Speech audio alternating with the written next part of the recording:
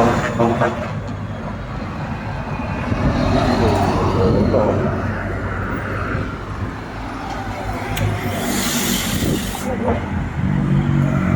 pang discard guys.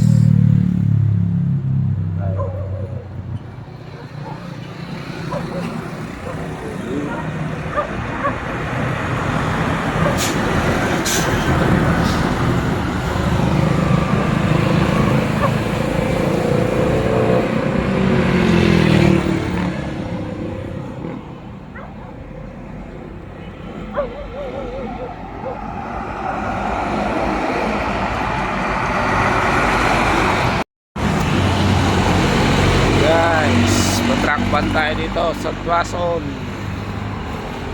Tuason, yun o. Nagtagpo kaming magpinsan o. Ayan. Ito sa atin. Ayan. Iba yung karga natin sa karga niya. Pero bakal din. Ayan. Face to face. Ayan. Trak ng unit ng pinsan ko.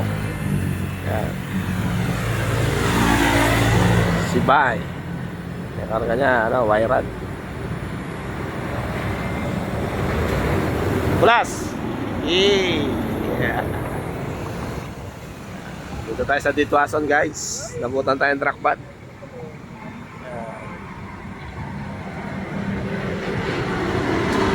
Lakbay, lakbay.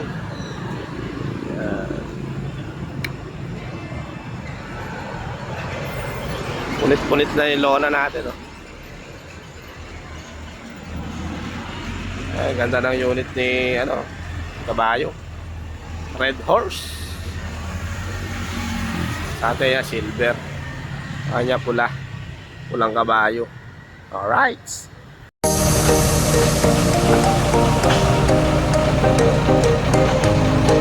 Alright guys, discount na tayo. Tayo po dito. So, makipot lang dito guys. Ayan o. Sobrang kipot guys. Ayan ang ating pangarga. Last truck, last biyahe na to guys. So, maray tayo dahil nagluwagan lahat ng ating torque rod. Ayun nga, yung mga U-bolt. So nagluwagan lahat. Tapos yung sa hanger ng ano natin, maluwag din. Kaya garay tayo guys. So bibiyay pa sana tayo ng Cavite, kaya lang mahirap magkalat sa daan. Kaya gawa muna tayo po. Sobrang init. Sabi ko yan. So, 6:30.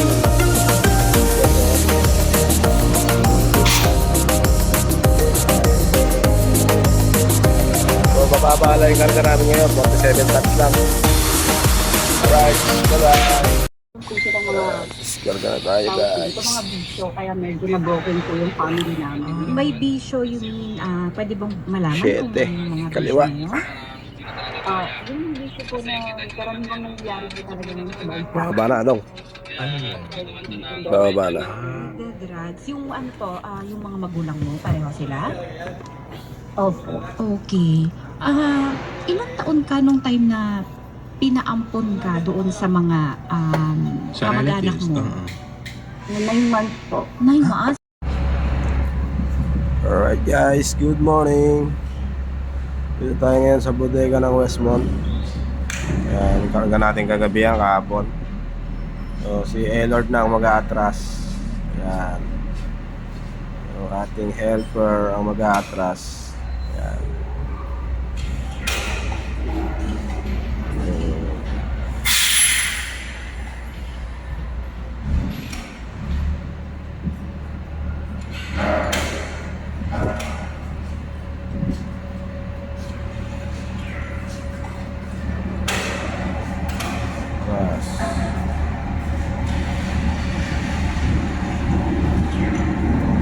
Magbababa isang overhead crane.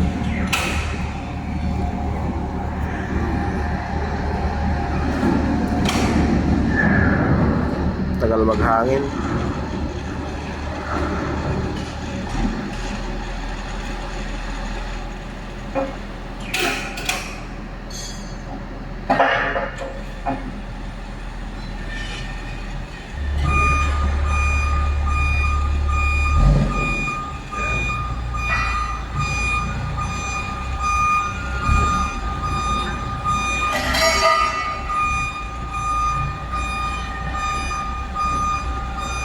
Siya na nag-atras. Yung bata ako na nag-atras dyan, guys. Yan. Yan, para matuto mag-trailer.